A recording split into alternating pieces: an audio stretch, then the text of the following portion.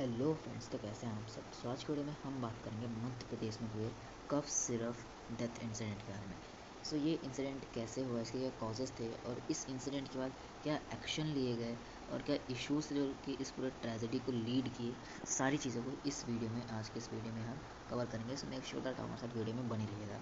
तो cough syrup का friends जो नाम बताया जा रहा है, कोल्ड ड्रिंक बताया जा रहा है कफ सिरप का नाम। और ये इंसिडेंट हुआ है मध्य प्रदेश के छिंदवाड़ा डिस्ट्रिक्ट में, और कुछ केसेस में तो भोपाल डिस्ट्रिक्ट में भी ये देखने को मिला है ये इंसिडेंट, भोपाल डिस्ट्रिक्ट में भी।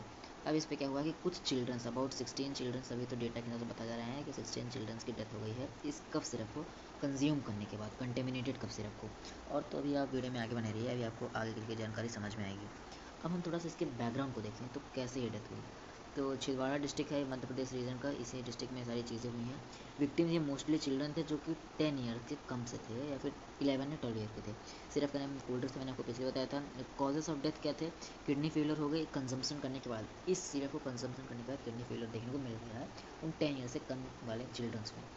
एंड केमिकल्स इस पर फाउंड है जैसे डाइथिलीन ग्लाइकोल DEG, और एक टॉक्सिक केमिकल है जो कि जो आपके जो बाइक्स होती हैं उनमें जो क्लच होते हैं उनके पास में जो ऑयल यूज़ होता है, जो थोड़ा सा गाढ़ा रहता है, लिक्विड से थोड़ा सा ज़्यादा रहता है, वो ही डाइथिलीन ग्लाइकोल इस पर यूज़ हुआ है, कंटेमिनेटेड केमिकल है। और इसका यूज़ बेसिकली किया जाता है दवाइयों में, किसके लिए बेसिकली, तो फर्स्ट यूज़ है इसका दवाइयों में स्वीटनेस डालने के लिए इसका यूज़ किया जाता है, और दवाइयों को थोड़ा सा गाढ़ा बनाने के लिए इसका यूज़ किया जाता है।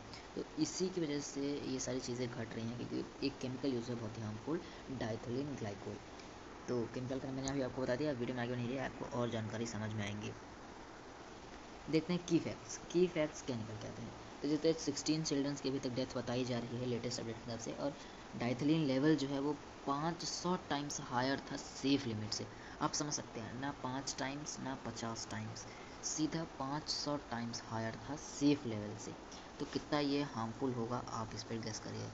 सिरप जो है पूरे मध्य प्रदेश में से बैन कर दिया गया है मध्य प्रदेश गवर्नमेंट के द्वारा।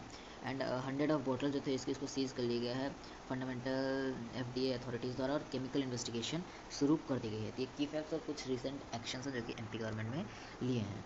गवर्नमेंट एक्शन, अब थोड़ा सा और एक्शन अगर हम देखें तो इमीडिएट बैन, ये तो हो गया है ये वाला, ये चीज़ें। एंड कंटेमिनेटेड बैचेस को चेक करना शुरू कर दिया है। 4 लाख कंपनसेशन दे रही है मध्य प्रदेश शासन उन फैमिलीज़ को जिनके चिल्ड्रंस की डेथ हुई है। एंड ड्रग कंट्रोल ऑफिशियल्स को सस्पेंड कर दिया जा रहा है जो कि इन सब चीज़ों में इन्वॉल्व हैं। एंड ये जो सेंट्रल हेल्थ मिनिस्ट्री है, इसने नेशनल वाइड एडवाइजरी बुलाई है कि क्यों ये सारी चीज़ें हो रही हैं और क्यों कोई सेफ्टी मेजर्स नहीं रखा जा रहा इन सारी चीज़ों में। तो अगर आप इंडिया को देखेंगे तो लीडिंग प्रोड्यूसर है इंडिया मेडिसिन का, और जो लीडिंग प्रोड्यूसर कंट्रीज़ में सारी चीज़ें होंगी तो क्या हम फार्मास्यूटिकल्स प्रोडक्ट को एक्सपोर्ट करेंगे। पिछले साल आपने देखा था 2024 में उज्बेकिस्तान में सेम ऐसा केस हुआ था, हमारी कफ सिरप की वजह से, हमारी दवाइयों की वजह से वहाँ पे भी ऐसे 13-14 बच्चों की जान गई थी। तो ये सारी चीज़ें अगर आप इंडिया के जियो पॉलिटिकल लेवल से देखेंगे तो इम्पैक्ट करेंगी इंडिया पे कहीं ना कहीं, क्योंकि इंडिया जो है वो लीडिंग प्रोड्यूसर है फार्मास्यूटिकल प्रोडक्ट का, और एक्सपोर्ट करता है ज़्यादा से ज़्यादा प्रोडक्ट। मेन इशू क्या आते हैं इनमें, 4 मेन इशू आते हैं। सबसे पहले तो drug quality and safety standard, ये मैन्युफैक्चरिंग के टाइम पे बहुत ही फेलुअर तरीके से मैनेज किया गया हो, जिसके कारण ये सब देखेंगे। रेगुलेटरी ओवरसाइट देखें तो इंस्पेक्शन बहुत ही वीक होगा, अप्रूवल सिस्टम भी ऐसे ही होंगे, मतलब ज़्यादा कोई उनको देखता नहीं होगा। अकाउंटेबिलिटी, इसके लिए सबसे बड़ा क्वेश्चन आता है, हु इज़ रिस्पॉन्सिबल, इन सारे एक्सीडेंट के लिए कौन रिस्पॉन्सिबल है, मैन्युफैक्चर या फिर रेगुलेटर। आप हमें कमेंट सेक्शन में बताएं। पब्लिक हेल्थ इंफ्रास्ट्रक्चर जो है वो lack of proper treatment facilities से भरा हुआ है, वही प्रॉपर ट्रीटमेंट फैसिलिटीज़ आपको नहीं दे रही। आप चले जाइए हॉस्पिटल्स में, नेशनल हॉस्पिटल में चले जाइए, वहाँ पे बेड्स की कमी है, ना प्रॉपर हेल्थ है, ना प्रॉपर डॉक्टर उनकी देखभाल कर रहे हैं, ना प्रॉपर कोई रेगुलेटरी बॉडी वहाँ पे कुछ कर रही है। तो ये सारी चीज़ें हैं जो कि अभी के टाइम पे हो रही हैं। पब्लिक एंड नेशनल रिस्पांस, अब ये बहुत इंपॉर्टेंट आता है, नेशनल रिस्पांस क्या है। NHRC जो है उसने एक नोटिस जो किया है MP को, राजस्थान को और UP गवर्नमेंट को, इन सभी चीज़ों की इंस्पेक्शन से लेकर। नेशनल डिबेट जो हो रही है अभी ड्रग सेफ्टी और प्रैक्टिस केयर पर, एंड नेशनल एक्सपर्ट्स जो है वो स्ट्रिक्ट रेगुलेशन एंड टेस्टिंग के लिए कॉल कर रहे हैं कि अब से टेस्टिंग को स्ट्रिक्ट किया जाए।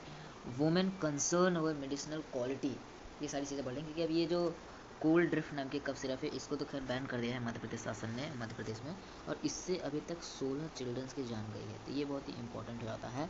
अगर आप इंडिया को ऐसे देखेंगे कि इंडिया जितने फार्मास्यूटिकल प्रोडक्ट है उनको ज़्यादातर इंडिया क्या करता है, इंडिया से बाहर भेजता है, एक्सपोर्ट करता है। जैसे US में एक्सपोर्ट किया, कनाडा में गया, और US ने तो खुद ही बंद करके रखा है इंडियन मार्केट में जो फार्मास्यूटिकल प्रोडक्ट आते हैं। तो इवन US गवर्नमेंट ने तो, ट्रंप जब से आए हैं तो 100% टैरिफ, अभी कुछ दिन पहले ही न्यूज़ आई कि ट्रंप ने 100% टैरिफ इम्पोज कर दिए हैं इंडियन फार्मास्यूटिकल प्रोडक्ट्स पे। सो ये सारी चीज़ें बहुत इंपॉर्टेंट आती हैं अगर आप लीडिंग प्रोड्यूसर के हिसाब से इंडिया को देखते हैं तो। सो आज की वीडियो में इतना ही, हम मिलते हैं अपने किसी और नए वीडियो में, तब तक के लिए धन्यवाद।